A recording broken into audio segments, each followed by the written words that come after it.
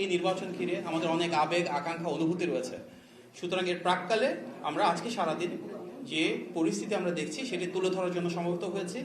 আজকে আমাদের সাথে উপস্থিত রয়েছেন বিএনপির জাতীয় নির্বাচন পরিচালনা কমিটির সম্মানিত চেয়ারম্যান, বিএনপি জাতীয় স্থায়ী কমিটির সম্মানিত সদস্য, বীর মুক্তিযোদ্ধা জনাব নজরুল ইসলাম খান। রয়েছেন আমাদের নির্বাচন পরিচালনা কমিটির প্রধান সমন্বয়ক, সাবেক সচিব এবং বিএনপি চেয়ারম্যানের অ্যাডভাইজার মোহাম্মদ ইসমাইল জবিউল্লাহ সাহেব, এবং রয়েছেন অন্যান্য অত্যন্ত গুরুত্বপূর্ণ সদস্যবৃন্দ যারা নির্বাচন পরিচালনার সাথে জড়িত রয়েছেন ডক্টর জিয়া হায়দার, জনাব সালে শিবলি, জনাব জোবায়ের বাবু, জনাব গিয়াসউদ্দিন রিমন, অ্যাডভোকেট মেহিদুল ইসলাম, জনাব মুস্তাফুর রহমান, জনাব সাত্তার পাটোয়ারি, জনাব ইমদাদ এবং অন্যান্য গুরুত্বপূর্ণ সদস্যবৃন্দ। প্রিয় সাংবাদিক ভাই বোনেরা, আজকে সারাদিন আপনারা দেখেছেন যে বিএনপির গত নির্বাচনী প্রচারণায় যে গণজোয়ার সৃষ্টি হয়েছে। আমাদের নেতা বিএনপি চেয়ারম্যান জনাব তারেক রহমান যেখানে গিয়েছে সেখানে জনগণের ঢাউ নেমেছিল। প্রচুর মানুষ সব শ্রেণী পেশা থেকে ছুটে এসেছিল বিএনপির প্রতি ভালোবাসা থেকে, এবং আমাদের ইনশাল্লাহ নিরঙ্কুশ সেই অনিবার্য বিজয়ের প্রেক্ষিতে দুঃখজনকভাবে আমাদের যারা রাজনৈতিক প্রতিপক্ষ রয়েছে তারা পরাজয়ের দ্বারপ্রান্তে দাঁড়িয়ে সহিংসতা, টাকা ছিটানো, কারচুপি এবং জালভোট সহ নৈরাজ্যের পথ বেছে নিয়েছে। আলহামদুলিল্লাহ, জনগণের ভালোবাসার দল হিসেবে, গণমানুষের আবেগ আকাঙ্ক্ষাকে ধারণ করা রাজনৈতিক দল হিসেবে ইনশাল্লাহ বিএনপির ভূমিধস বিজয় সুনিশ্চিত। সেই প্রেক্ষিতে আজকে আমাদের সামনে বিএনপির জাতীয় নির্বাচন পরিচালনা কমিটির সম্মানিত চেয়ারম্যান জনাব নজরুল ইসলাম খান আপনাদের সামনে সারাদিনের কি আপডেটটুকু আছে এবং আগামীকাল নির্বাচনের পূর্বে আমাদের দলের কি অবস্থান সেগুলো তুলে ধরবেন। ধন্যবাদ।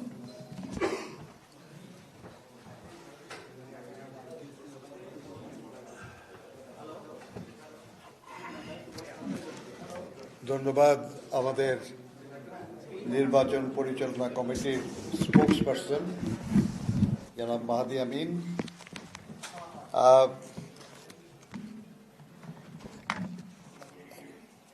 আপনাদের সামনে প্রতিদিনই মাহাদি বক্তব্য রাখে, আজকেও ওই করে ফেলতে পারতো আর কি, কিন্তু নির্বাচনের ঠিক আগের দিন আমাকে একটু সুযোগ দিচ্ছে মনে হয় আর কি। তো এখানে যাদের নাম বলা হয়েছে তার মধ্যে আমাদের মেহেদিকে দেখছি, ওর নামটা বোধহয় বলা হয় না তোমার আর কি। আচ্ছা, এনিওয়ে, প্রিয় সাংবাদিক বন্ধুগণ, নির্বাচন, জাতীয় সংসদ নির্বাচন বহু বহু বছর পরে বাংলাদেশে অনুষ্ঠিত হতে যাচ্ছে। এই নির্বাচনের জন্য আমরা দীর্ঘ লড়াই করেছি, আমাদের বহু সাথী জীবন দিয়েছে। এমনকি অতি সম্প্রতি গত 24 সালে জুলাই আগস্ট মাসে আমাদের সাথীরা, আমাদের সন্তানেরাও জীবন দিয়েছে।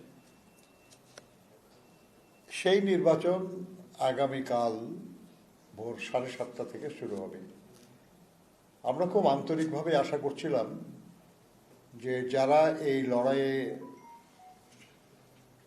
যুক্ত ছিলাম, নির্বাচনে মূলত তারাই অংশগ্রহণ করছে, ফলে আমাদের সাথীদের আকাঙ্ক্ষা বাস্তবায়নে সবাই শান্তিপূর্ণভাবে, আন্তরিকতার সাথে, গণতান্ত্রিক পদ্ধতিতে এই নির্বাচনে যুক্ত থাকবেন। বিজয়ের আকাঙ্ক্ষা তো সবারই থাকে, কিন্তু সেই আকাঙ্ক্ষা পূরণের জন্য অনৈতিক পথ গ্রহণ করা, বেআইনি পথ গ্রহণ করা, এটা কাঙ্ক্ষিত ছিল না। কিন্তু দুর্ভাগ্য আমাদের যে আমরা আজকে সারা দিনে যেসব তথ্য ও পত্র আমরা পেয়েছি তাতে আমরা খুবই মর্মাহত। আমার সাথীরা যেসব তথ্য সংগ্রহ করেছেন, প্রায় 127টি বিষয় আমাদের সামনে এসছে, আরও বাইরে আছে, সবগুলি নিয়ে আমরা দেখতেও পারি নাই।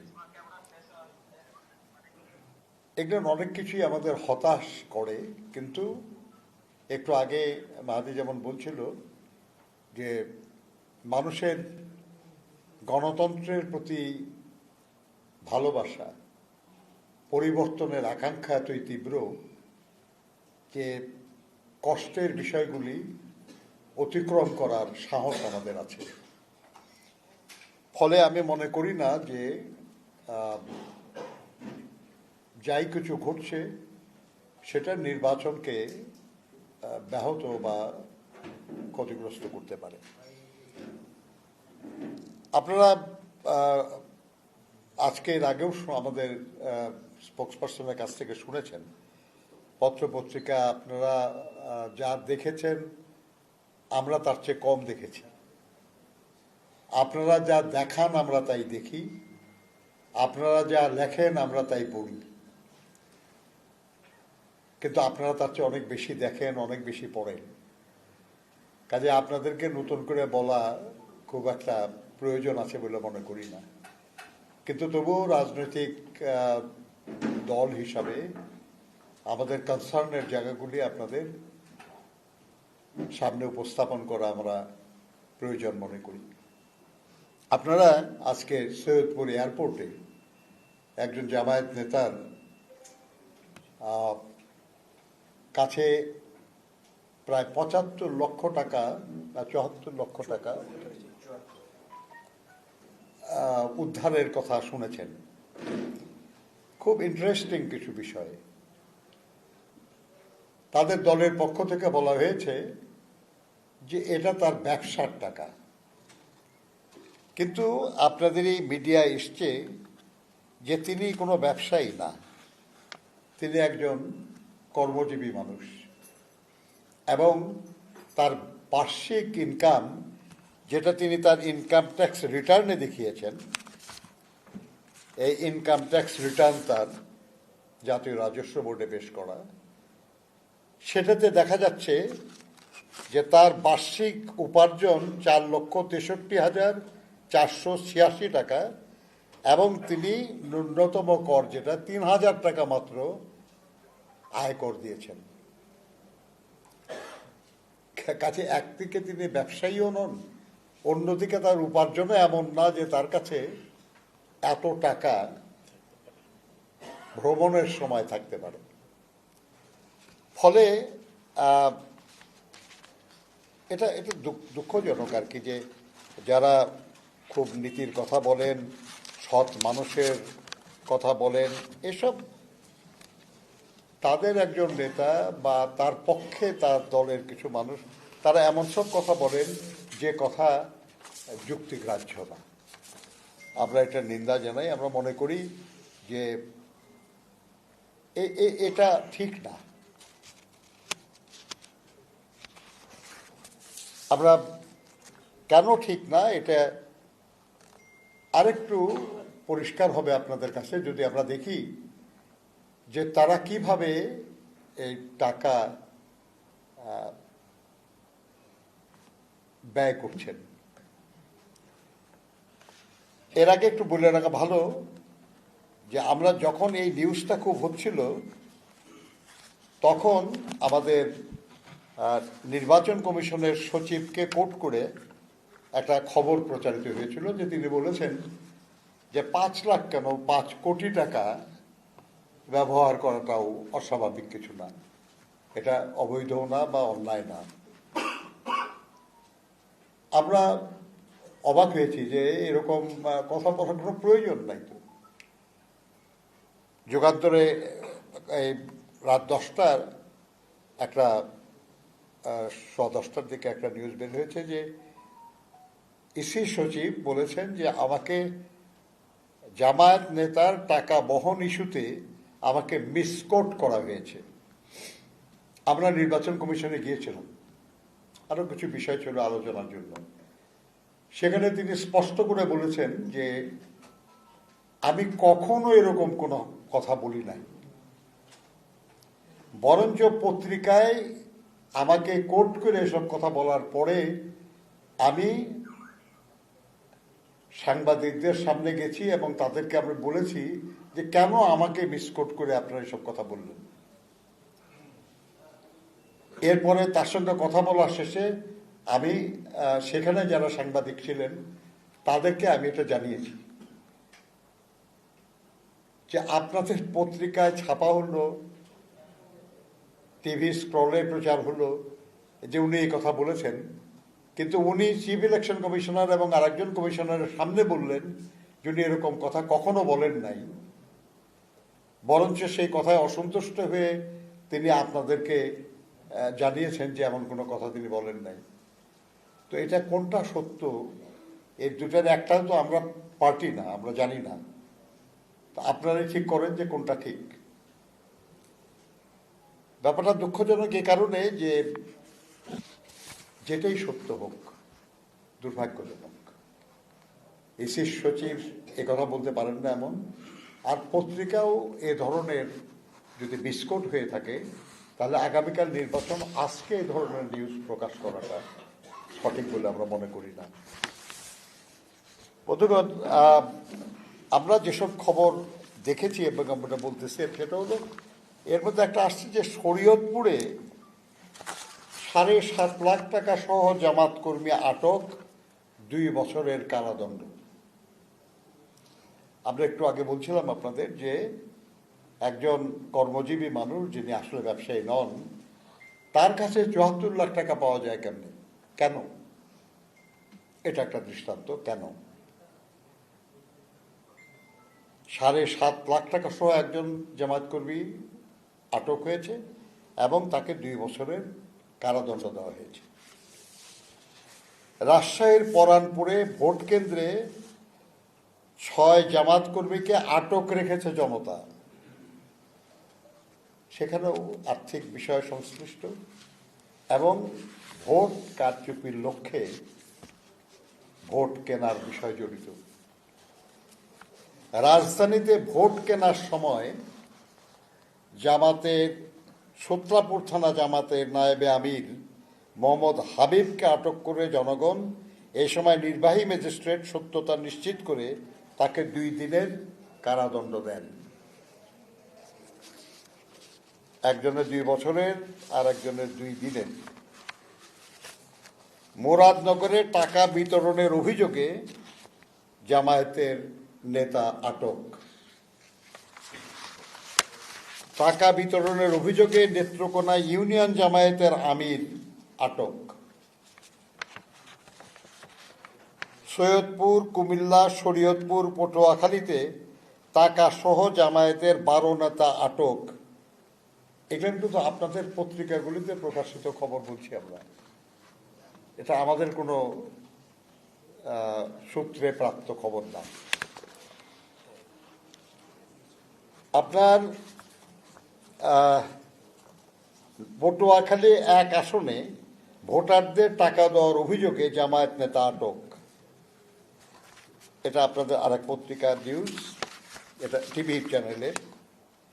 পল্লবীতে জামায়াতের 2 পোলিং এজেন্টের কারাদণ্ড, কেন্দ্র থেকে অফিসার বহিষ্কার। এটা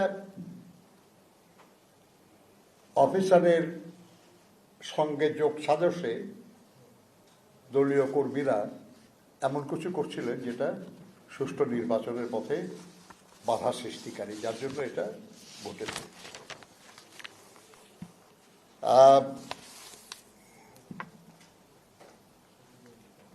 ভোটারদের টাকা বিতরণ, শিক্ষককে কারাদণ্ড, এটা চাঁদপুরে ঘটেছে। ভোটারদের টাকা বিতরণের সময় আটক এবং 3 জনের জেল, এটাও চাঁদপুরের ঘটনা।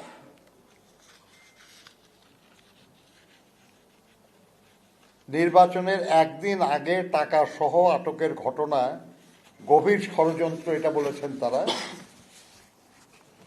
এবং এই ব্যাপারে ইসির পক্ষ থেকে বলা হয়েছে যে যারা আটক করেছে এই ব্যাপারে তারাই জবাব দেবেন যে কেন আটক করেছেন তারা।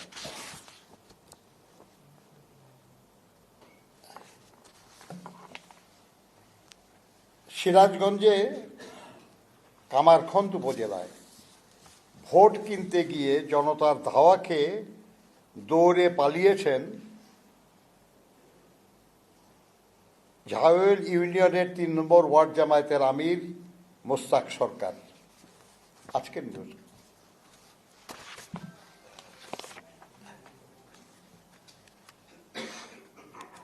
সাধারণ মানুষ বেশ সচেতন হয়ে যাচ্ছে এবার।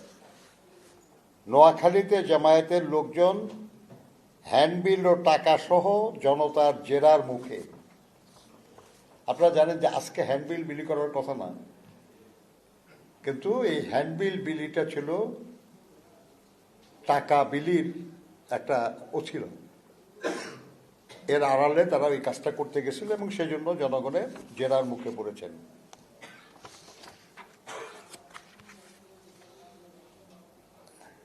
আপনার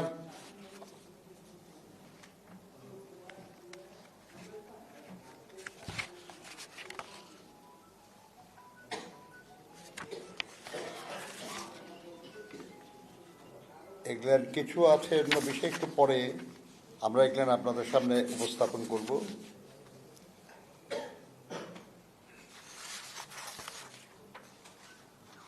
আপনার কুমিল্লা ৪, এটা জানেন আপনারা যে এনসিপির মুখ্য সংগঠক হাসনাত আবদুল্লাহ সাহেব ওখানে প্রতিদ্বন্দ্বিতা করছেন। তার পক্ষ হয়ে ভোটারদেরকে টাকা বিতরণ করার চেষ্টা করছে বা করছেন সুবিল ইউনিয়নের সাবেক ছাত্রলীগের যুগ্ম আহ্বায়ক, বর্তমানের এনসিপি নেতা মিশকাত। জনগণ এটাকে প্রতিহত করছে।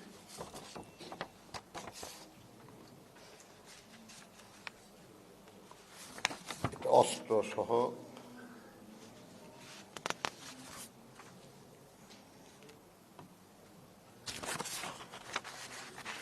আপনার এর সঙ্গে এখন আপনার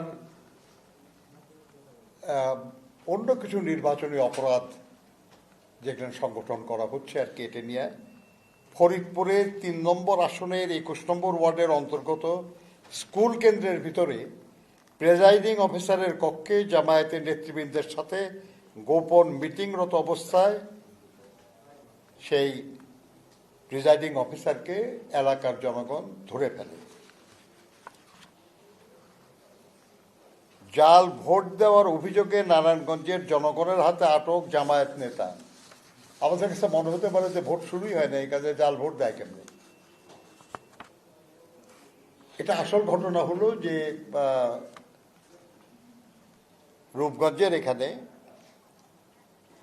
নারায়ণগঞ্জের এটা সিদ্ধিরগঞ্জ এলাকায় বোঝায়, সেখানে স্ত্রী প্রিজাইডিং অফিসার এবং স্বামী একজন জামায়াত নেতা, তারা সেখানে তাদের কর্মীদের নিয়ে ভোটে সেল দিচ্ছিলেন।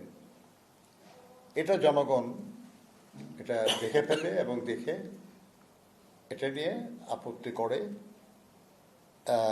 জনতার হাতে আটক হন তারা এবং পরবর্তী পর্যায়ে প্রিজাইডিং অফিসারকে প্রত্যাহার করা হয়েছে অভিযোগ সত্য প্রমাণিত হওয়ায়। আপনার মিরপুরের রূপনগরে অস্ত্রসহ জামাত কর্মীকে সেনাবাহিনীর কাছে হস্তান্তর। আপনার খুলনা ৫ আসনের ডুমুরিয়া এলাকার হিন্দু ধর্মাবলম্বীদের জামায়াত ইসলামীকে ভোট না দিলে ভিটার উপরে পা রাখতে দেওয়া হবে না বলে হুমকি দিয়েতে দেখা যায় জামাতে ইসলামীর সনাতনী কমিটির সভাপতি ডাক্তার নিত্যরঞ্জন রায়কে। আপনারা জানেন যে তাদের একটা সনাতনী কমিটি আছে আর কি, হিন্দু ধর্মের লোকদের কমিটি। তারা ধমকাতেছে অন্য হিন্দুদেরকে যে ভোট না দিলে তাদের ভিটায় পা রাখতে দেওয়া হবে না। রাজশাহীতে কৃষক দল নেতার রগ কেটে পালানো দুর্বৃত্ত, পরবর্তী দেখা গেল যে সেই দুর্বৃত্তরা আমাদের একটা বিশেষ দলের তারা কর্মী। পলাশবাড়িতে জামায়াত নেতার বসতবাড়ি থেকে প্রচুর লাঠি উদ্ধার। জামায়াত নেতার মাছের খামার থেকে জিআই পাইপ এবং ককটেল তৈরির সরঞ্জাম উদ্ধার, এগুলো সব ছবি সহ প্রকাশিত হয়েছে।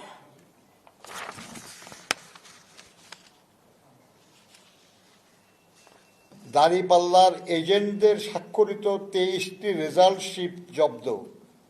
এটা ঝিনাইদহ 4 আসনের কালীগঞ্জ, সেখানে সলিমুন্নেসা বালিকা বিদ্যালয় কেন্দ্রে দাঁড়িপাল্লা প্রতীকের এজেন্টের স্বাক্ষরিত 23টি রেজাল্ট শিট উদ্ধার করা হয়েছে। আপনারা জানেন যে বাই দিস টাইম নির্বাচনের ব্যাপারে যেসব কাগজপত্র পাঠানো হয় এগুলো প্রিজাইডিং অফিসারদের কাছে পাঠানো হয়ে গেছে। সেখানেই এই ঘটনাটা তাদের সহযোগিতায় এই ঘটনাটা ঘটেছে। এই ব্যাপারে আইন শৃঙ্খলা রক্ষাকারী বাহিনী তারা 23টি রেজাল্ট শিট উদ্ধার করেছে আর কি, এবং সেখানে জব্দ করা হয়েছে এবং ছিঁড়ে ফেলা হয়েছে। এক্সিকিউটিভ ম্যাজিস্ট্রেট আর কি উনি বলেন যে খবর পেয়ে কেন্দ্রে এসে 23টি রেজাল্ট শিট জব্দ করা হয়েছে, সেগুলো ছিঁড়ে ফেলা হয়েছে, নতুন রেজাল্ট শিট তৈরি করার জন্য বলা হয়েছে এবং প্রিজাইডিং অফিসারকে সেভাবে নির্দেশনা দেওয়া হয়েছে। হবে মানে এমন মানুষদেরকে বিভিন্ন দায়িত্ব পেয়েছে যারা একটা এইভাবে করতেছেন তারা। আমরা নিজেরা কিছু অভিযোগ করেছিলাম, আমাদের আনসারদের মধ্যে খুব কৌশলে কিছু লোকজন ঢোকানোর চেষ্টা হচ্ছিল, এটা চেষ্টা করছিল কর্তৃপক্ষ, চেষ্টা করছিল সেটা ধরার, এবং তারা এই রাজধানীর হাতিরঝিল এলাকার আনসারের এক দল নেতাকে টাকার বিনিময়ে অবৈধভাবে 330 জনকে নির্বাচনের দায়িত্ব অন্তর্ভুক্ত করার অপরাধে গ্রাম প্রতিরক্ষা আনসার এবং গ্রাম প্রতিরক্ষা বাহিনী তাদের দায়িত্ব থেকে সরিয়ে দেওয়ার নির্দেশ দিয়েছে। ধরা পড়েছে, নির্দেশ দিয়েছে, এখনো ধরা যারা পড়েনি। আমরা আশা করি যে কর্তৃপক্ষ ব্যবস্থা নেবেন এবং তাদেরকেও দায়িত্ব থেকে অব্যাহতি দেবেন, যাতে করে অন্যায়ভাবে কেউ এটা করতে না পারে। কোনো প্রশিক্ষণ ছাড়াও কেউ কেউ দায়িত্ব পেয়েছে এরকম একটা কথা জানা যাচ্ছে আর কি। রাজধানীর গুলশানের 19 নম্বর ওয়ার্ডের দলনেত্রী মোসাম্মদ শাহনাজ সুলতানা এবং ভাটারা থানাধীন 40 নম্বর ওয়ার্ডের দলনেত্রী শামসুন নাহারকে একটি বিশেষ রাজনৈতিক দলের সংশ্লিষ্টতার প্রাথমিক সত্যতা পাওয়ার পর দায়িত্ব থেকে সরিয়ে দেওয়া হয়েছে।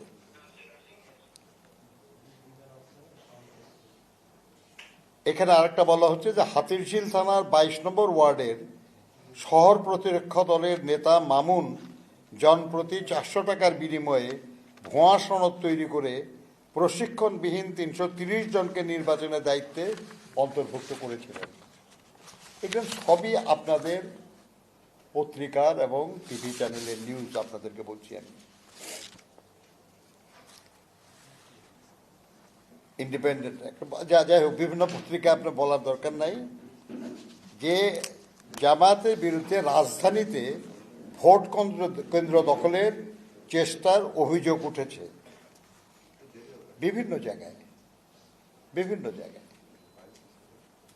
আমাদের কাছে আমাদের অনেক নেতৃবৃন্দ অভিযোগ করছেন, যেমন সিদ্ধেশ্বরী গার্লস কলেজে সন্ধ্যা 7:30টার দিকে একটা বিশেষ দলের কর্মীরা ঢুকেছিলেন, অন্যরা এটাতে আপত্তি জানিয়েছেন, পুলিশ এসছে, আসার পরে সেই কেন্দ্র থেকে যারা ঢুকেছিল তাদেরকে জামাত কর্মী তাদেরকে নিয়ে বের করে নিয়ে গেছে, নিয়ে পরে তাদেরকে ছেড়ে দেওয়া হয়েছে, ওয়ার্নিং দিয়ে বা সতর্ক করে ছেড়ে দেওয়া হয়েছে। ইন্টারেস্টিংলি যে নানা কৌশল কত রকমের হয় বোঝাও মুশকিল আর কি। আপনার কেরানীগঞ্জে ঢাকা 2 সেখানে তবলিগ পরিচয় দিয়ে জামাতের কিছু কর্মী তারা বিভিন্ন মসজিদে উঠছে, তাদের আচরণ বা কাজকর্মে সন্দেহ হয় মুসল্লিরা, তারা এটাতে সন্দিহান হন এবং পুলিশকে জানান। পুলিশ তাদেরকে জিজ্ঞাসাবাদ করে দেখে যে তারা আসলে তবলিগে আসে না। তবলিগে আসলে কিছু প্রস্তুতি নিয়ে আসে, আপনারা জানেন। সেটা তাদের না দেখে পরে তাদেরকে বের করে দেওয়া হয়েছে। আপনার এই ধরনের ব্যাপার আর কি। আপনার সিদ্ধেশ্বরী গার্লস কলেজ, এটা হলো যে আব্বাস সাহেবের এলাকা। উনি বললেন যে আরও 9টা কেন্দ্রে লোকজন ঢোকানোর চেষ্টা হচ্ছে, সেখানে তার কর্মীরা আপত্তি করছে, বাধা দিচ্ছে, এখনো ঢুকতে পারছে না, কিন্তু কখন ঢুকে যাবে কে জানে।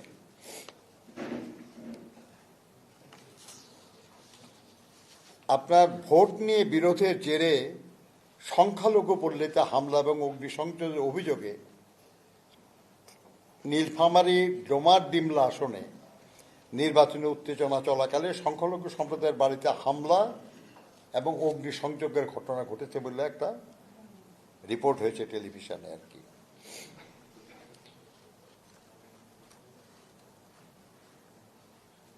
সেখানে প্রার্থী, আমাদের জোটের একজন প্রার্থী, তাকে বিব্রত করার জন্য এটা করা হচ্ছে, কিন্তু অভিযোগ যাদের বিরুদ্ধে পাওয়া গেছে আর কি, তারা আমাদের প্রতিপক্ষ দলের সদস্য।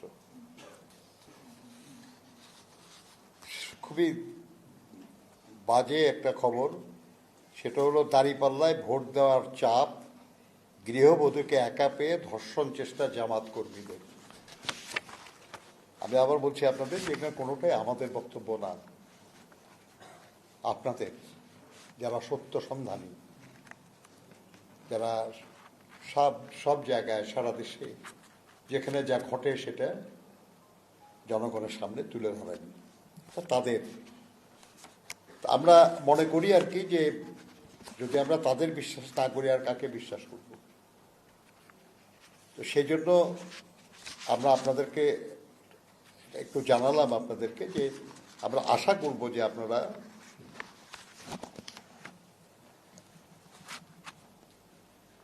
বিষয়গুলি নিয়ে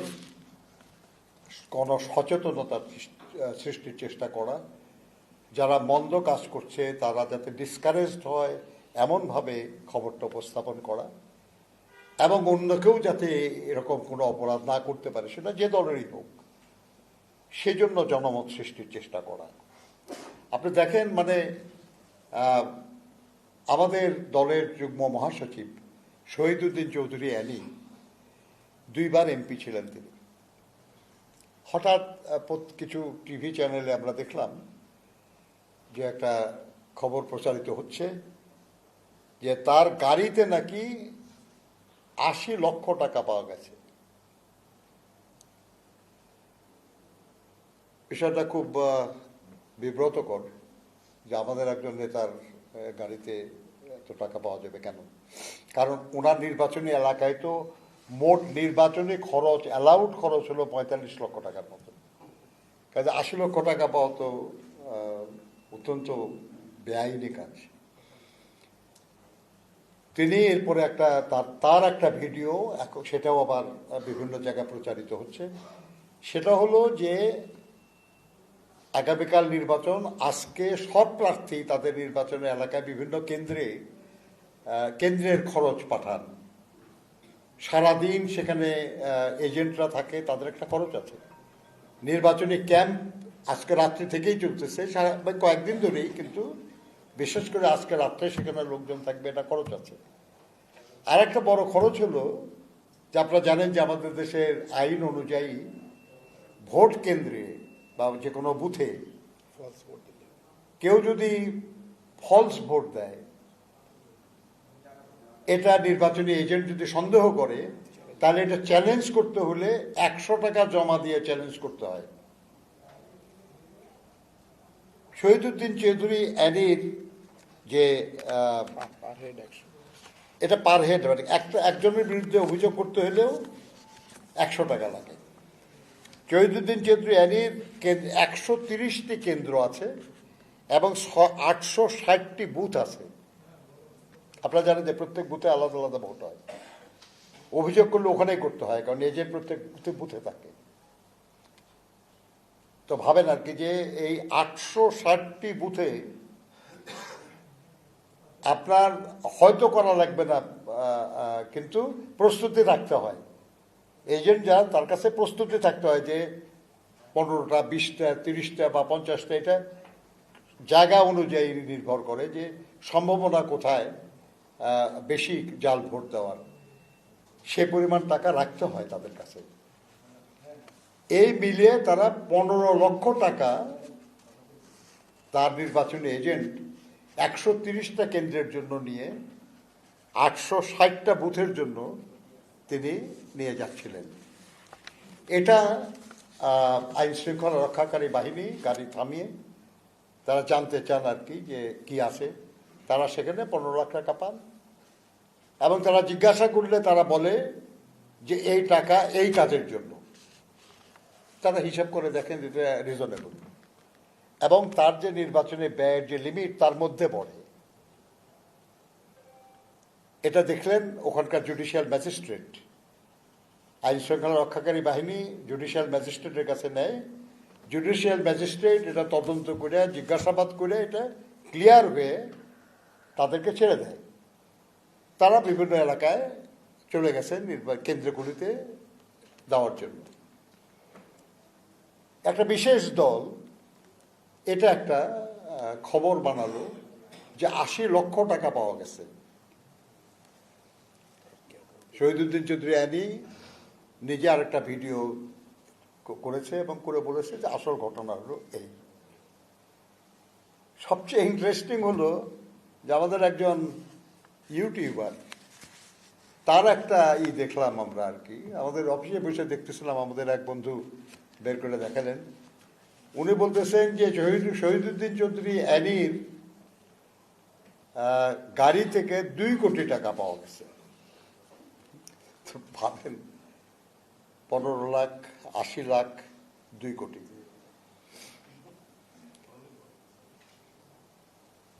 তো এখন এগুলো আমাদেরকে দেখতে হইতেছে আর কি। আমার মনে হয় যে সেটা ঠিক আছে, আমরা রাজনীতি করি, যে কেউ আমাদের বিরুদ্ধে অভিযোগ করতে পারে আর কি, কিন্তু এটা যুক্তিসঙ্গত হওয়া তো উচিত নাকি? যুক্তিসঙ্গত হচ্ছে না আর কি। এনিওয়ে, আমরা মনে করি যে সেটা হলো যে আগামীকাল নির্বাচনটা অবাধ, সুষ্ঠু, নিরপেক্ষ হোক। আমরা চাই, আমরা এই নির্বাচনের জন্য অনেক সাথী জীবন দিয়েছে আমাদের। আমরা জনগণের গণতান্ত্রিক অধিকার পুনঃপ্রতিষ্ঠিত হোক এটা চাই এবং জনগণের সমর্থন নিয়েই আল্লাহর মেহেরবানিতে আমরা রাষ্ট্র পরিচালনার দায়িত্বে যেতে চাই এবং সেই দায়িত্ব পেয়ে আমরা জনগণের কল্যাণ সাধন করতে চাই, জুলাই সনদের বাস্তবায়ন করতে চাই, নির্বাচনী ইশতেহারে আমাদের দলের চেয়ারম্যান যা যা ঘোষণা করেছেন আমরা সেসব বাস্তবায়ন করতে চাই। এর পথে নানা বাধা নানাভাবে সৃষ্টি করার চেষ্টা চলছে।